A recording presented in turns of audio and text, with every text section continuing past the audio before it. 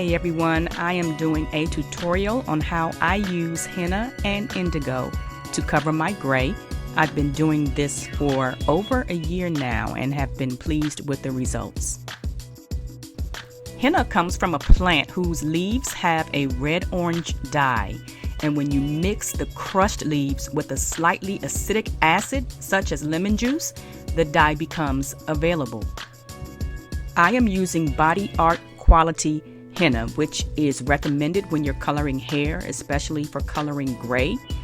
It has the highest natural dye content, and it's a perfect sift of the leaves so that it makes it easier to mix and apply and easier to rinse out. I will put in the description box links to more information about henna, as well as a link to where I buy my henna, which is from buttersandbars.com. So you can see how tightly packaged it comes. I have to cut open the outer packaging, and the packet of henna is also tightly sealed, and I have to cut that open as well. I am pouring the contents of the henna into the bowl. I only use half of the package. I have found that using half of the package of henna and later half of the package of indigo is enough for me to color my hair. I then close it up well and store it for the next use. I am now adding the lemon juice. Again, you need something slightly acidic to add to the henna to help release the dye.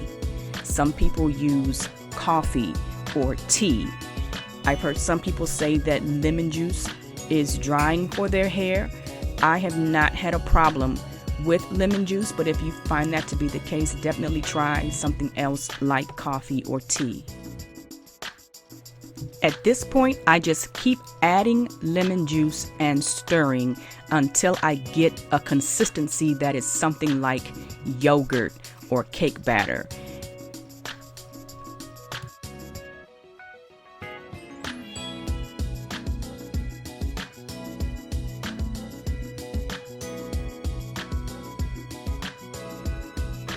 And I've got it just about how I want it. At this point, I will cover it and let it sit for several hours. Sometimes if I've planned in advance, I will do it so that I can let it sit overnight. In this case, it's early afternoon and I'll let it sit until tonight. It has now been about 8 hours, and if you look at the henna, you'll see that it has a darker appearance, which means that dye release has been achieved. I set the henna aside, and now I'm ready to mix the indigo.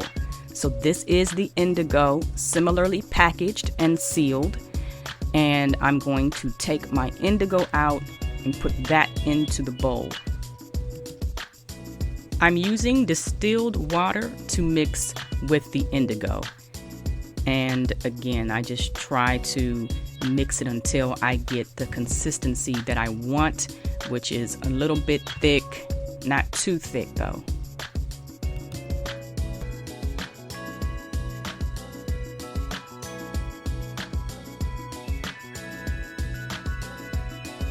I've got my indigo ready to go, and at this point, I will mix the indigo with the henna.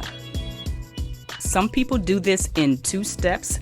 They will apply the henna, let that sit for the required number of hours, rinse out the henna, and then apply the indigo. But given time constraints and all of that, I did some research and found out that I could combine the 2 in one, and it has worked well for me. I use the indigo because the henna alone is a red-orange dye, and I wasn't sure how bright it would make my hair, and so I wanted the indigo to kind of cut back on that and keep it a more brownish color, so to speak. And I've been pleased with the result because I still can get kind of that reddish highlight when the sun is shining on my hair, but it's more brown than anything. And now it's ready for me to apply. I'm just showing you my gray before we get started. I try to do the henna about once every 2 months, and it's been about 2 months. So you can see the gray that has grown in. You can also see some of the reddish orange coppery strands of hair from where I've done henna in the past. At this point, I line the edges of my hair with Vaseline along the front, behind the ears, in the back, because the henna will stain the skin, and this makes it easier to get it off when I'm done. I have also lined my sink and the floor beneath me with newspaper so that if anything gets on the sink or the floor, I can easily clean that up. And the gloves. These are my gloves dedicated to applying henna, so they are good and stained, but that's okay because this is all I use them for. I also want to add that you may see recommendations for applying henna on freshly washed hair, and I did that the first time and it was just very difficult to do. Since then, for the last year, I have applied it on an old twist out like you see here or something like that, and it has worked just fine. I did not see a difference as far as the result, and it's just much easier to apply it this way. I have sectioned my hair and I'm now applying the henna to the first section of hair. I like to concentrate on my roots first, where the new gray has grown in, and I will do the roots and then work my way through the rest of the hair. I don't have to, I just like to do that because over time it just makes the hair that's already been dyed grow a richer color.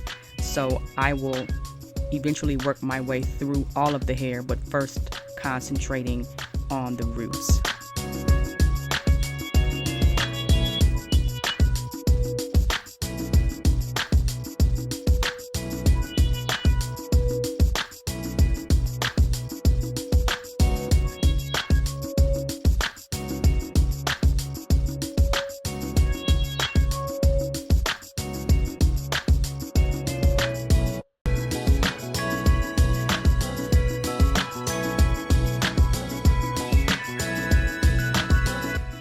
And I am done applying the henna.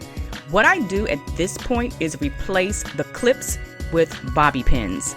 And I even have bobby pins and clips that I use just for my henna process. This way I can sleep comfortably in the bobby pins and my hair is contained. I cover my head with saran wrap and then I put 2 plastic caps on. And I am ready for bed. Well, after I wash my face, I will keep the dye on overnight so the henna has a chance to work. And it's the next morning. I have rinsed out the henna and I'm just checking out my hair right now. I don't see the gray hairs that I saw yesterday, so I am pleased with the result. I love the way my hair feels after a henna treatment. It just feels strong and healthy. I have not had any issues with a looser curl pattern, so I have seen benefits to henna beyond coloring the gray. By the way, this is what I use when I'm rinsing out my henna. It's only $1 at my grocery store, and I just liberally pour it on top of the henna. The henna binds to it, and it just comes out that much more easily.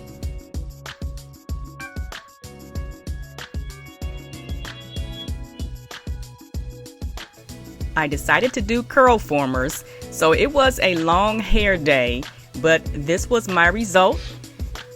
Henna, curl formers, I'm good to go now. Thanks for watching, everybody. I hope it was helpful.